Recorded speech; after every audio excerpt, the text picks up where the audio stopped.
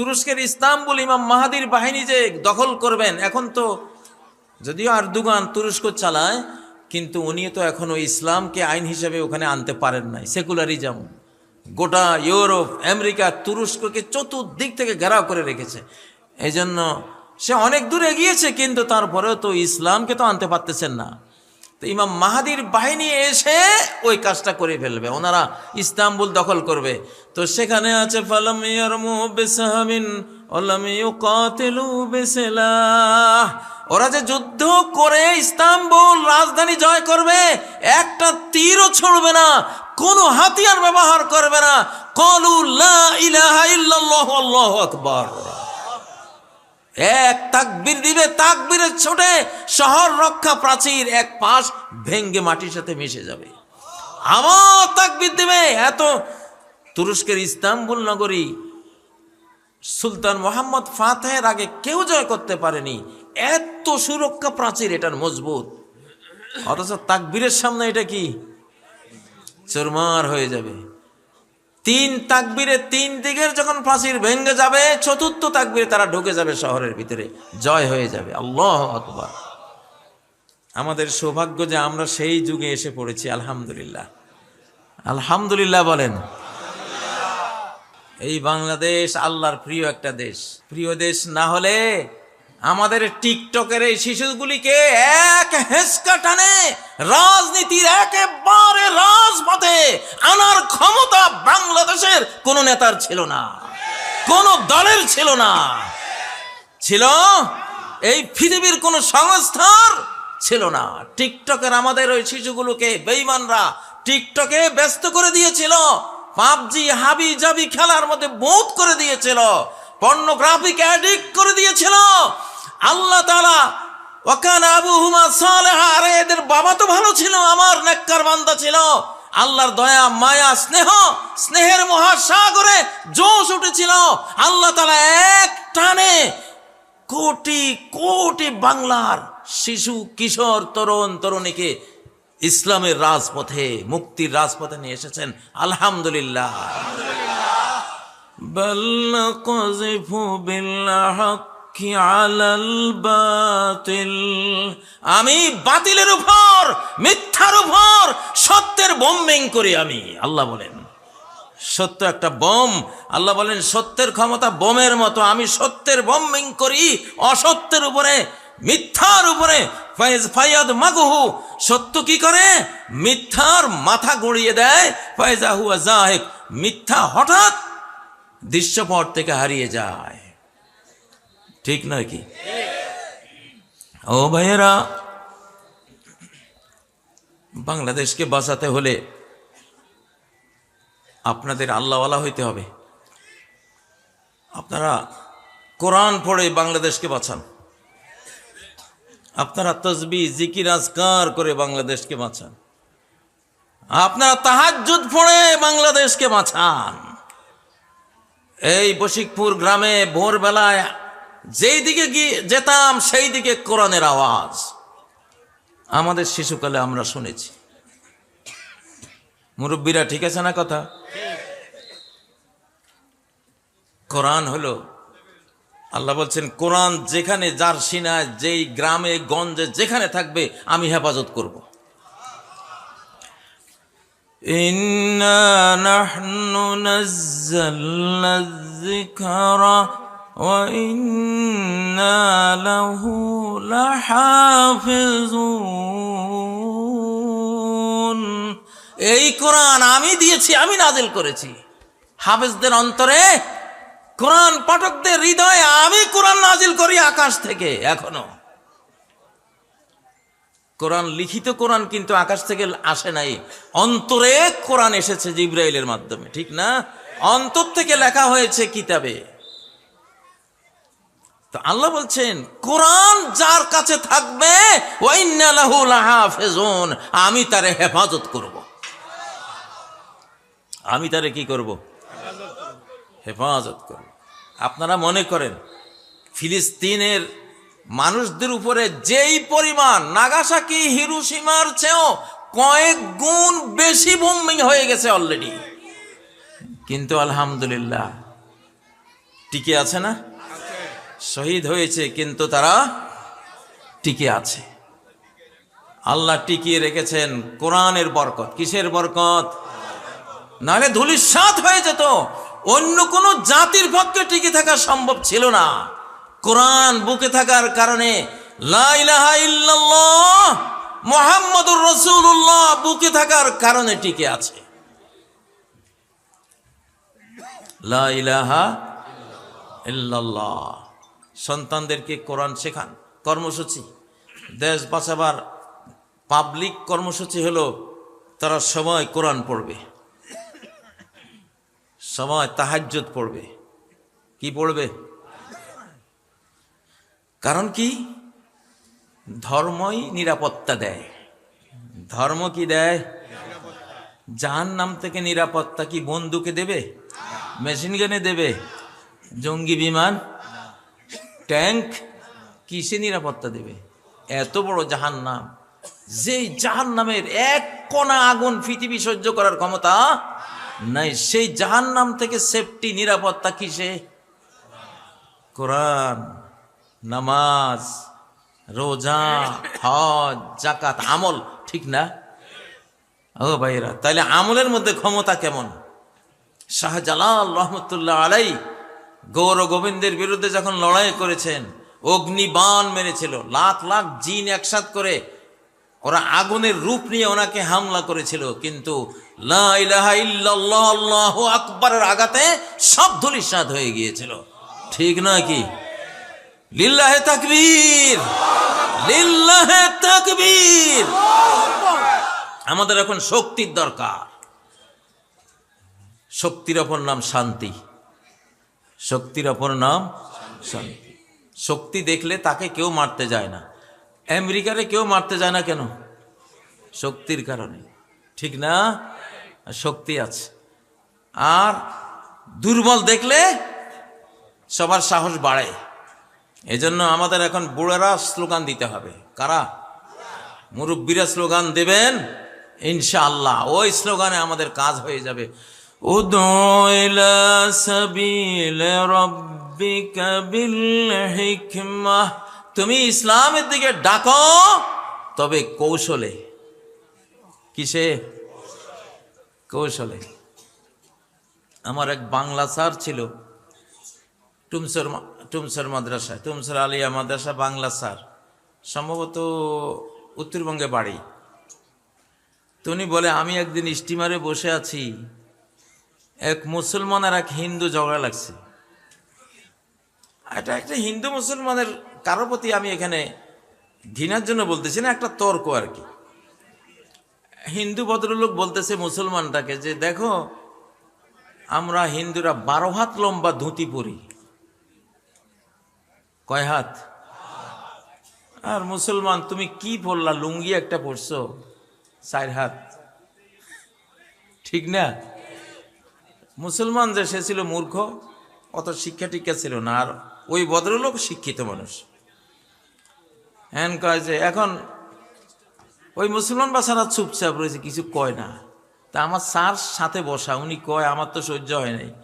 আমি হিন্দু ভদ্রলোককে বললাম, জি জনাব, আপনি যদি অনুমতি দেন, যেহেতু উনি আমার মুসলিম ভাই, উনি তো কোনো উত্তর দিতে পারছে না, আমি কি উত্তরটা দেবো? হ্যাঁ দেন, সমস্যা নেই।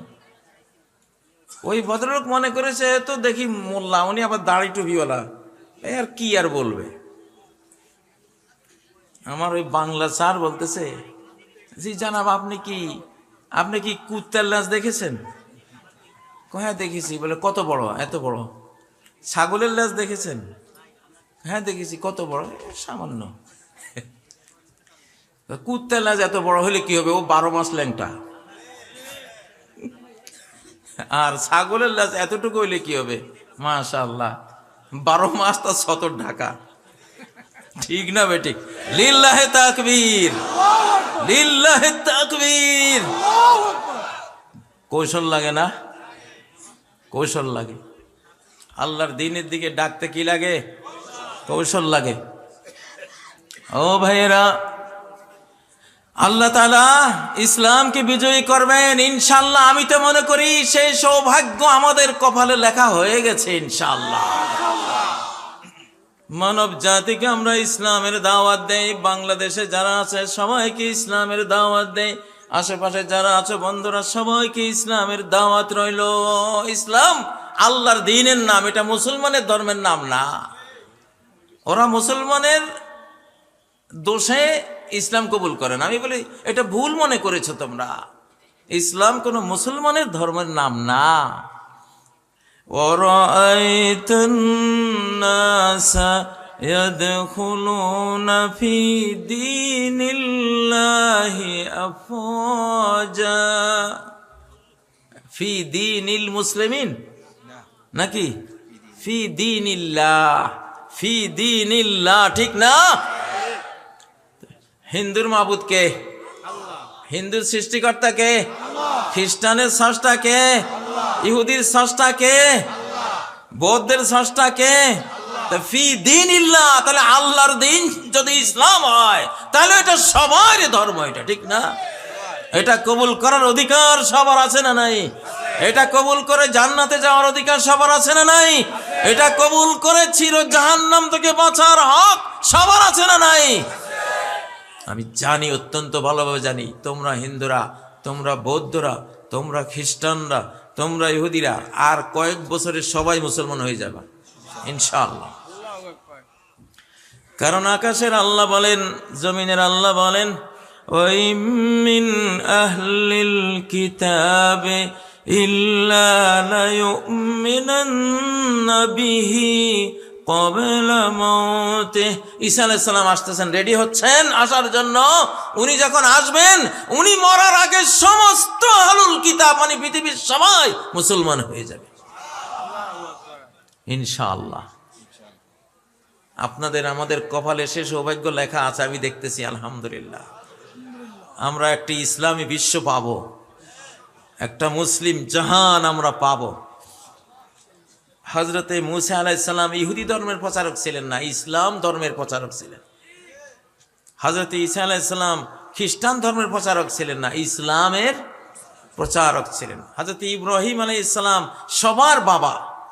হযরতে মুহাম্মদ সাল্লাল্লাহু আলাইহি ওয়াসাল্লামের বাবাকে ইব্রাহিম, ঈসা আলাইহিস সালামের বাবাকে ইব্রাহিম, মুসা আলাইহিস সালামের বাবাকে বংশীয় বাবা ইব্রাহিম, ঠিক না?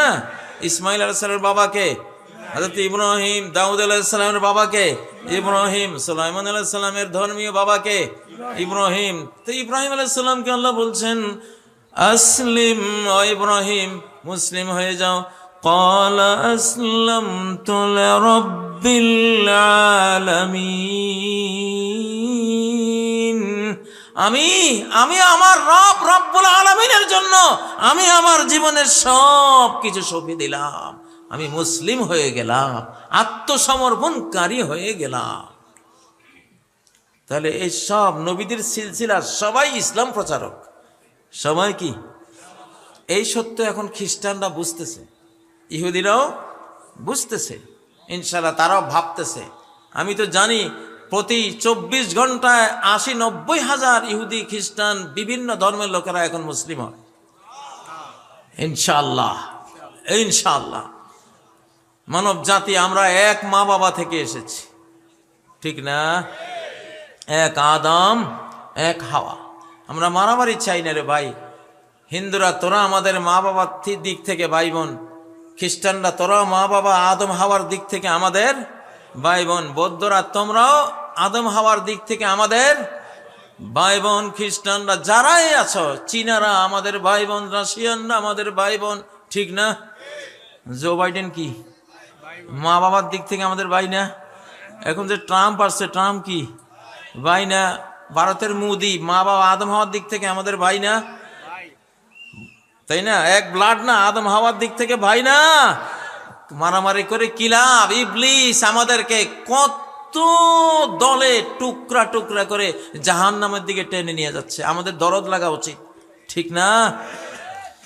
লাকাদ খালাকনাল ইনসানা ফি আহসানি তাকওয়িম।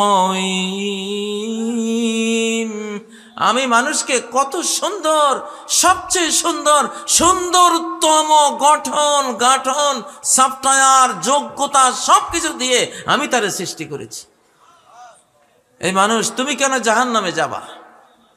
আমরা চাই না যে আমাদের কোনো মানব ভাই বোন জাহান্নামে যাক, চির জাহান্নামে জ্বলুক। আমরা কি চাই?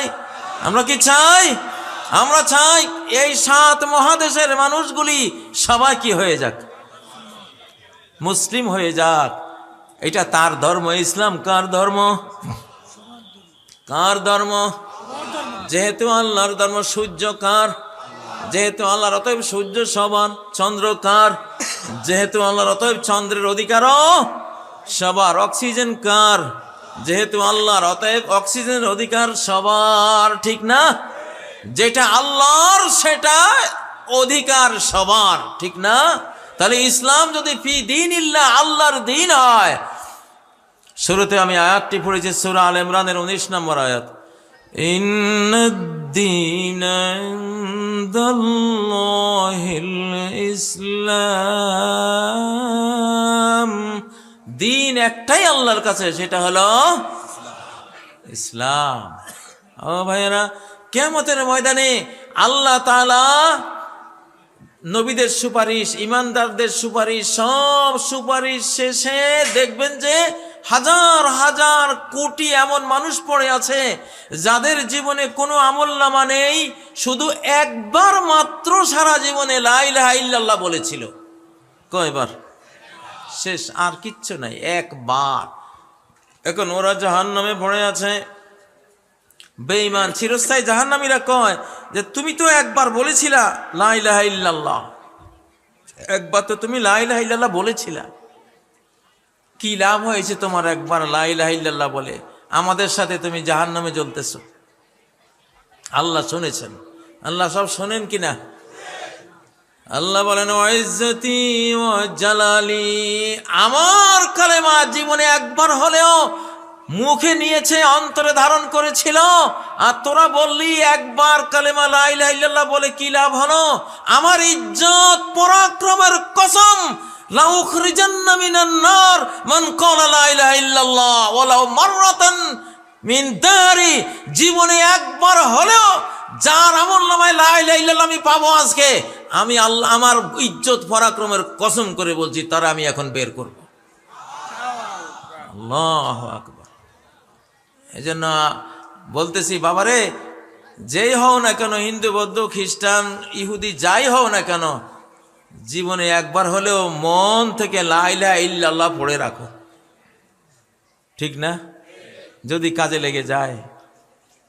যে আল্লাহ বানাইছে আমাদেরকে, ওনার স্নেহ মায়ার কি অভাব আছে? আমরা যখন কোনো বিদেশি শক্তির বিরুদ্ধে যুদ্ধের কথা বলি কারণ তারা আক্রমণ করতেছে, আক্রমণ করার জন্য আসতেছে। আমরা 53 বছর ভুগেছি আমাদের পার্শ্ববর্তী রাষ্ট্রের অত্যাচার। ঠিক না? আমাদের এই বাংলাদেশের যত অশান্তি, সব অশান্তির ভাইরাসটা জন্ম হয় দিল্লিতে। বাংলাদেশের যত অশান্তি, এই অশান্তির ভাইরাস জন্ম হয় কোথায়? দিল্লি থেকে আস্তে আস্তে ওরা বাংলাদেশের দিকে সাপ্লাই করে। ঠিক না? ওই কারণে বাধ্য হয়ে আমরা চিৎকার দেই, স্লোগান দেই বা যুদ্ধের কথা বলি। কিন্তু দরকার কি আছে ভাই? তোমরা তো মানব ভাই আমাদের, মানব বোন আমাদের। ঠিক না? তোমরা শান্তি মতে থাকো না, তোমরা ইসলাম কবুল করে ফেলো, লা ইলাহা ইল্লাল্লাহ কালেমা একটা পড়ে তোমাদের স্রষ্টাকে তোমরা মাবুদ মেনে ইবাদত বন্দেগী শুরু করে দাও, আমরা তোমাদের ভাই হয়ে গেলাম পুরোপুরি। ঠিক না? ইসলাম কি যুদ্ধ চায়? আমরা যে বাংলাদেশে স্লোগান দিই লড়াই লড়াই লড়াই চাই, লড়াই করে বাঁচতে চাই, লড়াই লড়াই লড়াই চাই, এই চাই কথাটা ঠিক না। কারণ হাদিস আমি আরো এক মাহফিলে বলেছিলাম, নবীজি বলেছেন লা তাতামান্নাউ লিকা আল আদু, দুশমনের মুখোমুখি হওয়ার আকাঙ্ক্ষা কখনো করো না। সাল্লাল্লাহু আলাফিয়া, আল্লাহর কাছে নিরাপত্তা চাও। আল্লাহর কাছে কি চাও? যুদ্ধ প্রথমে খুব ভালো লাগে, পরে যখন আহত নিহত, ঠ্যাং নাই, পা নাই, চোখ নাই, বাবা শহীদ হয়ে গেছে, মা মরে গেছে, ভাই বোন নাই, চতুর্দিকে চাচা নাই, জ্যাঠা নাই, আহারে সব লাশ আর লাশ, তখন আর কেউ যুদ্ধ করতে চায় না। বুখারী শরীফে আরবদের একটা কবিতা আছে, যুদ্ধের কবিতা, কয় আল্লাহ হারব আউয়ালা মা তাকুনু ফাতিয়াতান তাসা বিজিনাতিহা লিকুল্লি জাহুলি। যুদ্ধ বিগ্রহ প্রথমে যেন একটা সুন্দরী তরুণী, এই তরুণীর রূপ দেখার জন্য সব জাহেল জুয়ালা হুমড়ি খেয়ে পড়ে। হ্যাঁ, যুদ্ধ লাগলে দেখেন না আমার কি কম আছে নাকি?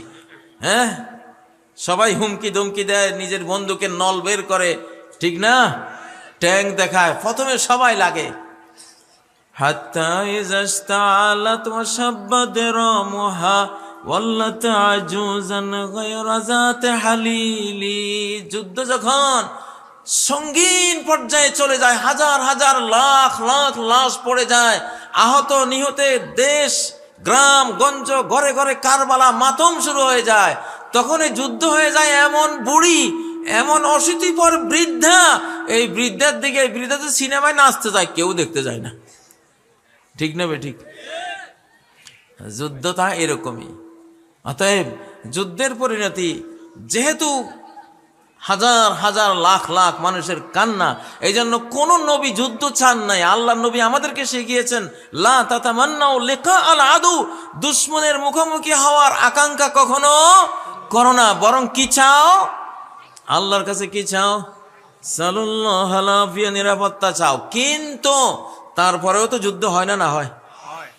তুমি হলো ডিফেন্সিভ। যুদ্ধ যখন গায়ের উপরে এসে পড়বে, মাথার উপরে এসে পড়বে, তখন আল্লাহকে সাথে নিয়ে সর্বশক্তি দিয়ে রুখে দেবে, সর্বশক্তি দিয়ে ঝাঁপিয়ে পড়বে, ঠিক না? তাকবীর দাও, তাকবীর।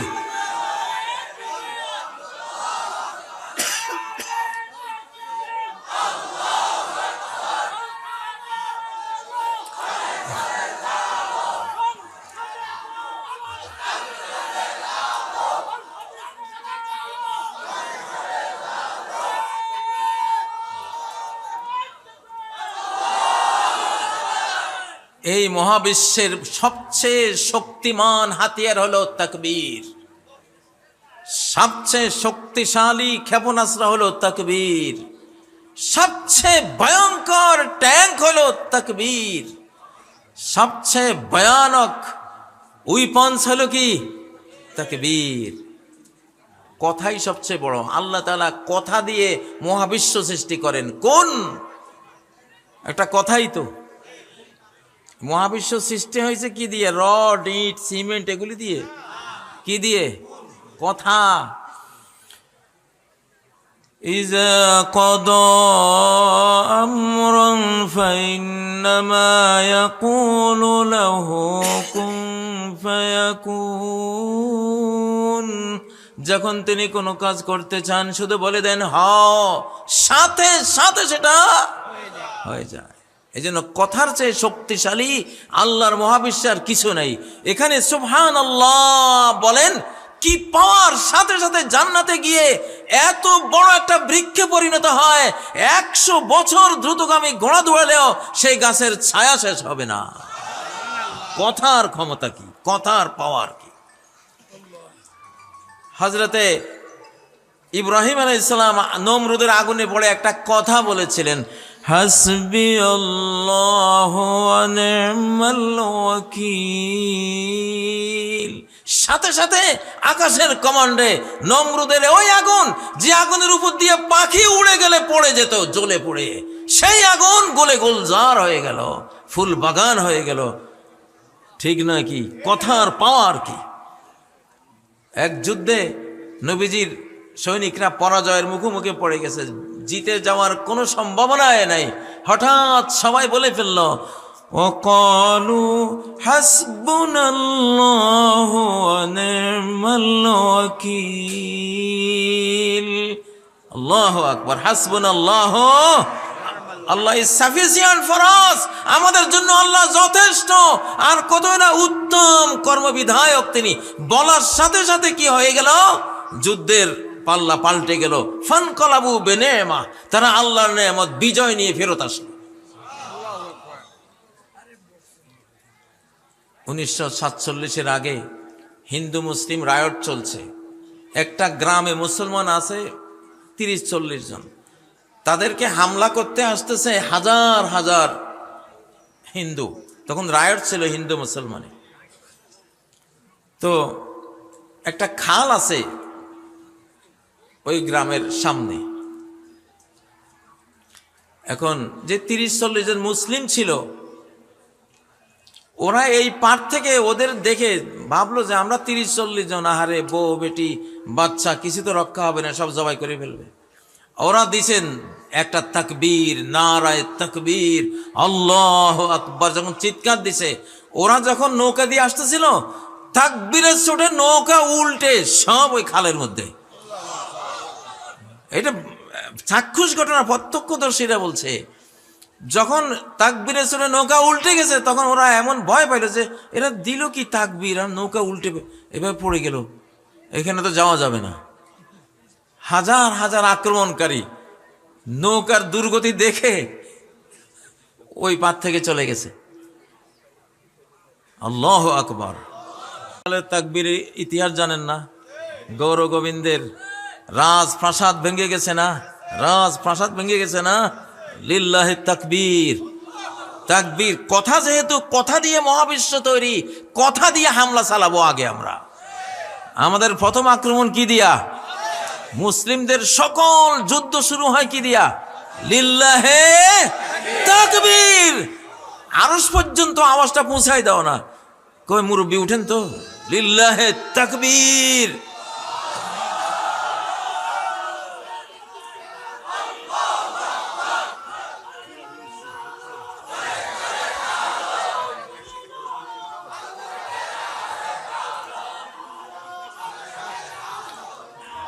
বসো।